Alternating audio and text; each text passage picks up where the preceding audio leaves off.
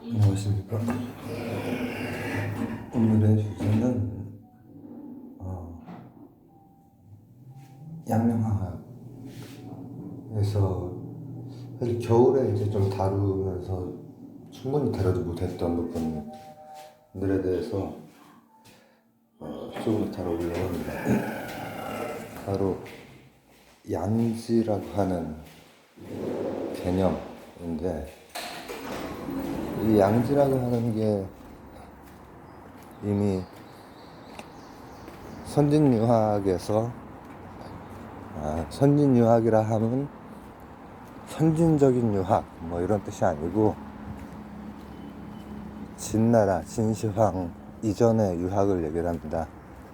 진시황 이전과 이후는 이제 분석행위라든지 이런 걸 통해서 뒤에는 고급 논쟁, 또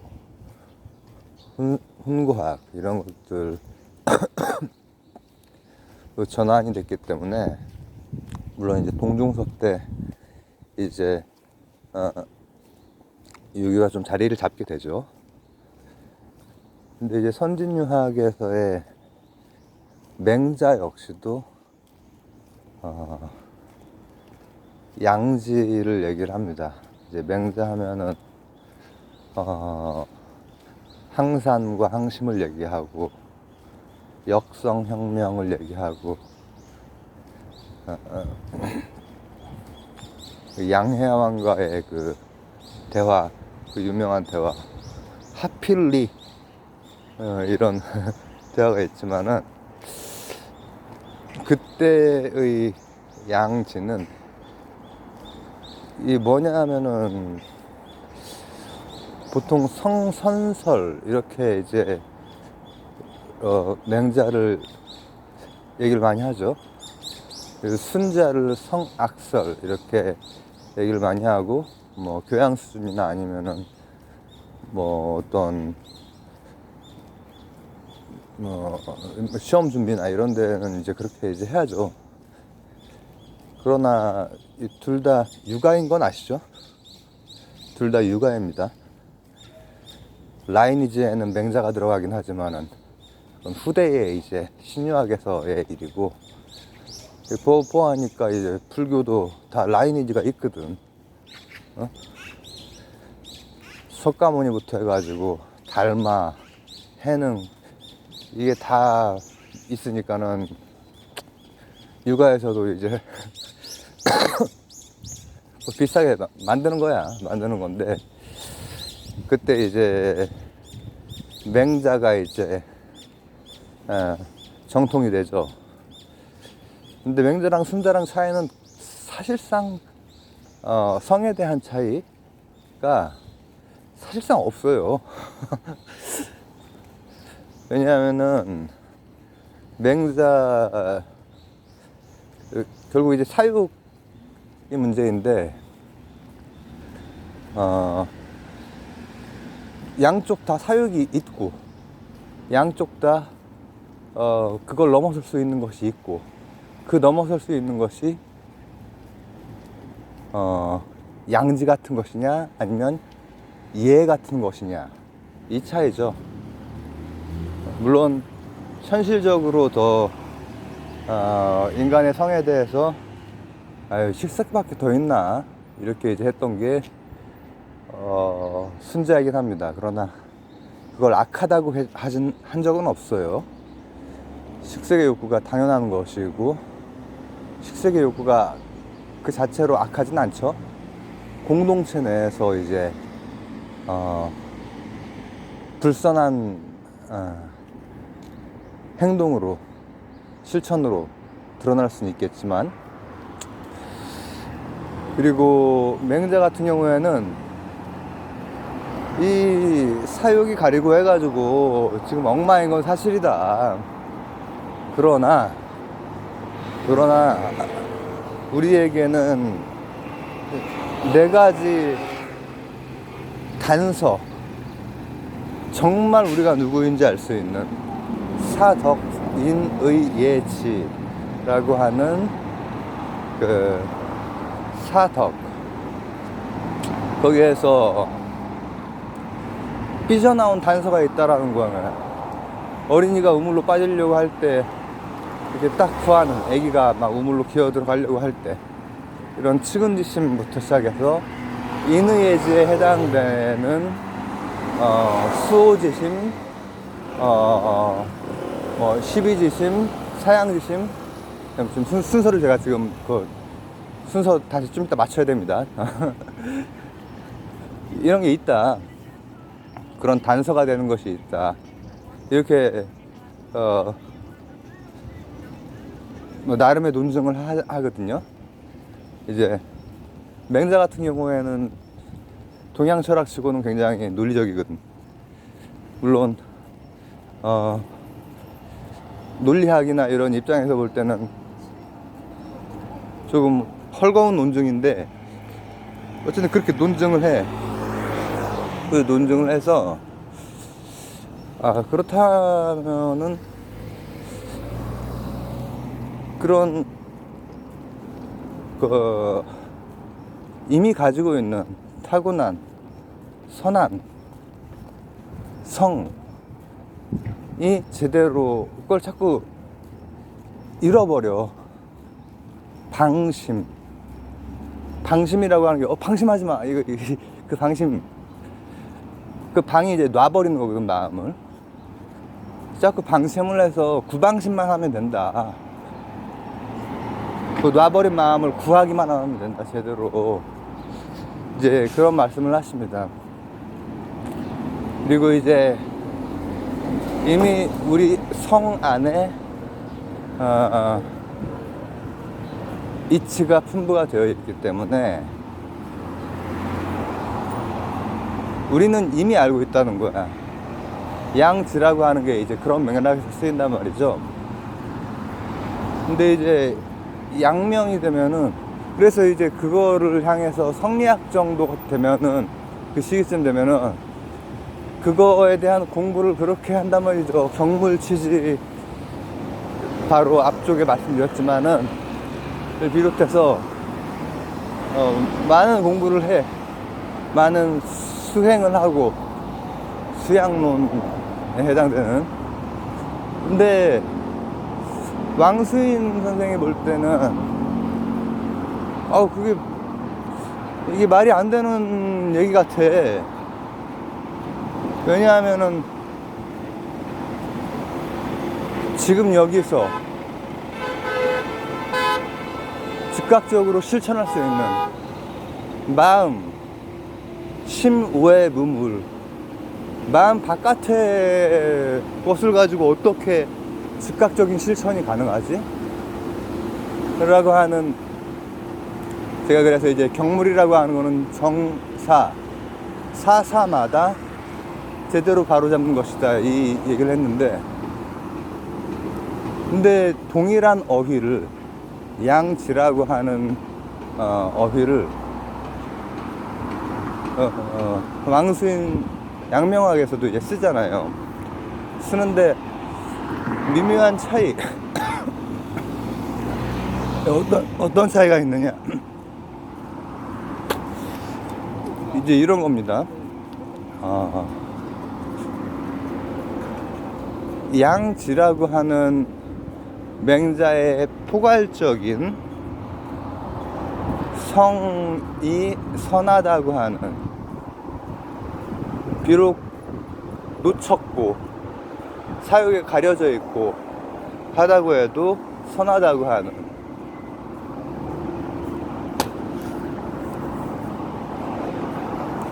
그 포괄적인, 그래서 알 수 있다라고 하는 구방심만 하고, 또 사용만 제대로 컨트롤하면, 컨트롤이란 말은 안 하셨을 겁니다. 그렇게 한다면 이제 이거 되는데, 양명학에서는 이제 이런 거죠. 양지라고 하는 것은 아까 사단 얘기를 했었는데, 사덕, 인의예지, 이제 동중서 시기가 되고 이렇게 되면은 오상이라고 이제 바뀌어요. 음양가와 오행가가 이제 결합하고, 우리가 알고 있는 그 유교의 성립이 다 이제 법가, 음양가, 뭐 오행 이런 거 다 결합된 거거든요. 그러면서 오상 하면은 인의에 이제 신까지 들어갑니다. 신. 이거 사람이 말을 지켜야 되는 게 신이죠. 근데 그 중에서 원래 인이 되게 강조가 됐어요. 그리고 맹자쓴 되면 의가 굉장히 강조가 돼요. 의, 의로움, 정의. 그래서 호연직의, 집의를 해야 돼. 근데 인의 얘 같은 경우에는 공자 선생도 강조했지만은, 또 한편으로는 순자 선생이 강조했던 것이기도 하거든요. 예. 근데 지 같은 경우에는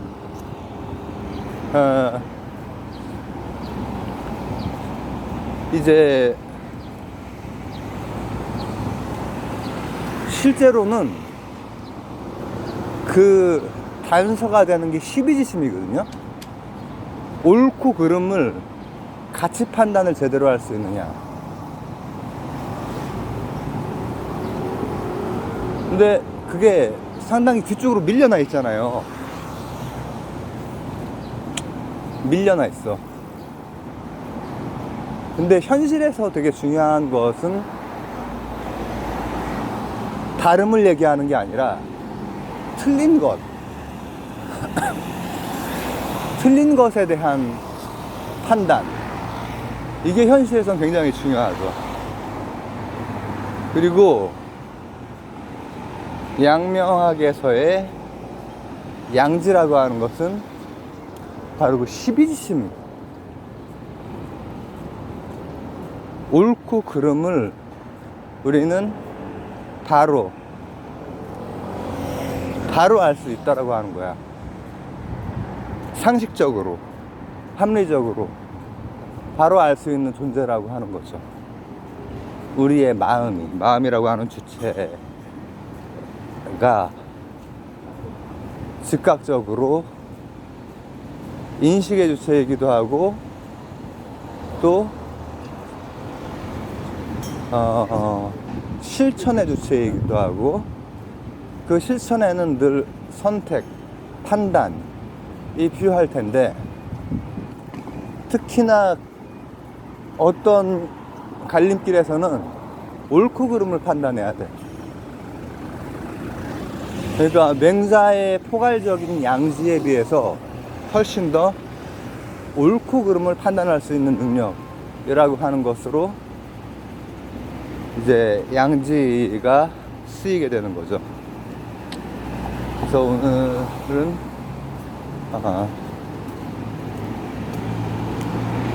양명학, 왜 양명학이 이제 조선을 제외하고, 그러니까 조선부터 이제 성리학이 많이 연구가 됐으니까 고려 때 들어왔지만, 조선 그리고 그 이후 지금까지도 이제 성리학적인 가치가 우리 사회에 많이 스며들어 있어요. 근데 말씀드렸듯이 한자명권의 단어가 한중일이 뭐 대표적이니까, 동북아, 일본이나 중국 같은 경우에는 양명이 이 주류가 됐단 말이죠. 양명이 주류가 됐다라고 하는 것은, 일단 옳고 그름의 판단과 또 즉각적인 실천으로 나아갈 수 있는 그 동력, 강한 동력, 수동력, 이걸 이제 갖게 된다라고 하는 거죠. 그리고 실제로 이 우리나라에 독립운동하시던 분들 중에서 양명학 하시던 분들이 많으시다는 얘기를 했지만은, 우리는 이제 그때서야 그런 거고, 이제 중국이나 일본은 근대에 이를테면은 서구 문물이 막 들어오고 이렇게 할 때, 그때 이미 뭐 아편 전쟁도 있었고, 또 그 페리오 일본의 개항도 있었고 하잖아요. 근데 그 시기쯤에 이미 양명학으로 그거에 대해서 대응을 한 거야. 그러니까 명치유신의 메이지유신에서의 그 주역들이 화혼양제라는 그 표현이 있는데, 이제 화혼이라고 하면 대화혼을 얘기를 하는 것이고, 그 이제 그게 실제로는 양명학 베이스를 가지고 있습니다. 양명학 베이스를 가지고 서구에 이미 뭐 200~300년 전부터, 수백 년 전부터 들어와 있었고, 또 이제 화란 같은 경우, 네덜란드 같은 경우에는 뭐 계속해서 이제 교류가 있었단 말이죠. 근데 거기에서 이제 필요한 것들을 수용을 하고, 그리고 뭔가 변화를 이끌고 하는 데에 같은 한자 문명권이라고 해도, 또 같은 유학이라고 해도 같은 유학이 아닌 거죠. 양명학이냐 주제학이냐의 차이가 이제 굉장히 클 수밖에 없었던 거죠. 즉각적인 실천, 판단, 뭐 그런 차이입니다.